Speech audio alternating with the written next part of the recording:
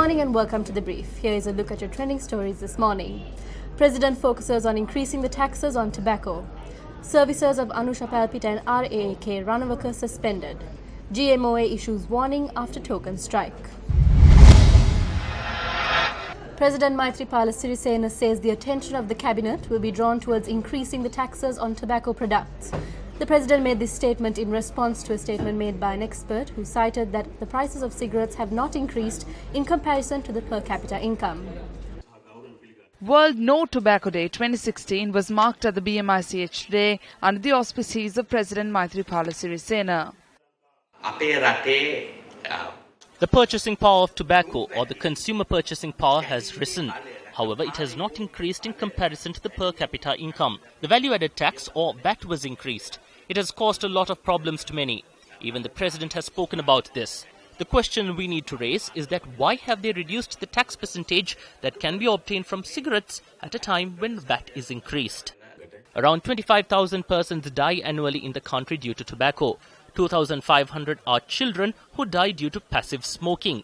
We recommend to impose a tax of 90%. Then what he said was true. We won't need VAT and it will also not affect the poor community.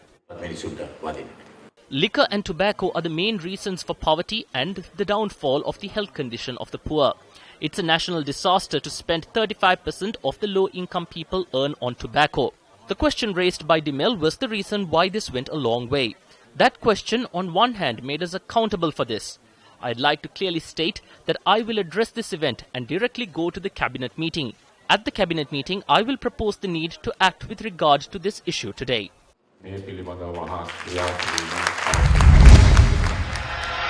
The Public Service Commission suspended the servicers of Anusha Palpita and RAAK Ranavaka who were attached to the Public Administration Service. The appointment of Anusha Palpita to Additional Secretary of the Ministry of Home Affairs and RAAK Ranavaka as Additional Secretary to the Ministry of Irrigation came under much criticism during the recent days.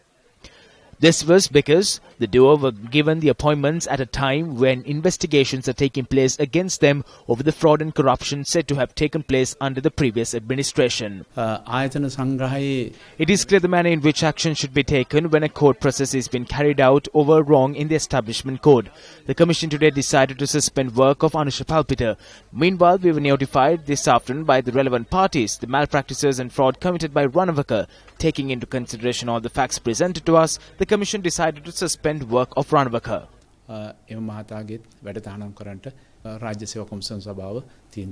Today, CAFE exposed an attempt made by RAAK Ranavaka to commit a malpractice whilst holding positions under the previous administration.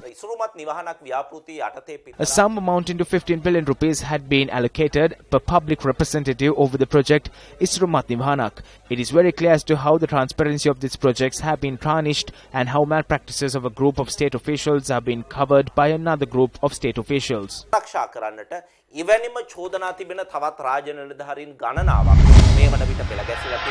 The Government Medical Officers Association commenced a 4-hour strike action until noon yesterday, citing that irregularities have taken place with regard to post-internship appointments.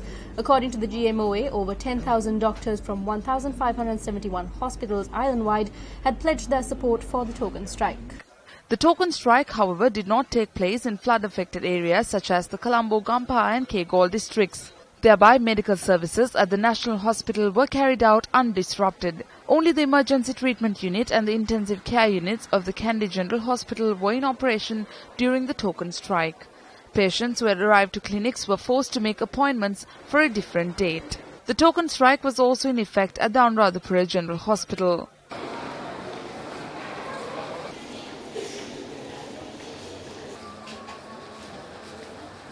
This woman had arrived at the hospital at dawn this morning after travelling for hours from the Talab area.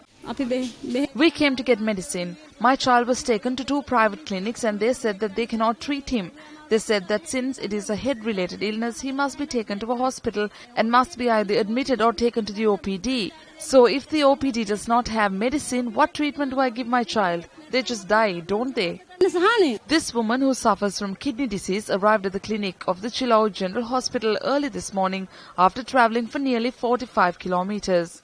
This is since I left home at 4 in the morning. I couldn't obtain my medicine. If it gets more late, I will not have a bus to travel home. Patients from Putlam, Kalpitiya, Toppua as well as Bingiriya in the Kurunegala district had arrived to the Chilaur General Hospital, which is the main hospital in the Putlam district. Apart from the 3 districts that we mentioned, the strike action was successfully in effect in all other districts. We regret about the fact that patients were inconvenienced by this, but we had no choice. The Central Working Committee will convene on Thursday. Most probably we will launch a continuous strike action next week. There is also a possibility of a one-day strike being launched within the course of this week. We are working with a subject minister who does not work via discussion, consensus and who is unsuitable for a good governance government. We cannot prevent this from turning into a chaos until the husband and wife factor is wiped out, until this list of appointments is suspended and until this nepotism which is in effect is ended. The Government Medical Officers Association will wholeheartedly carry on its battle to put an end to this program of handing over the country's medical sector to NGOs. That's a wrap of the brief for today. For the Newsfirst team, I'm Aisha Pinto, reminding you to stay briefed.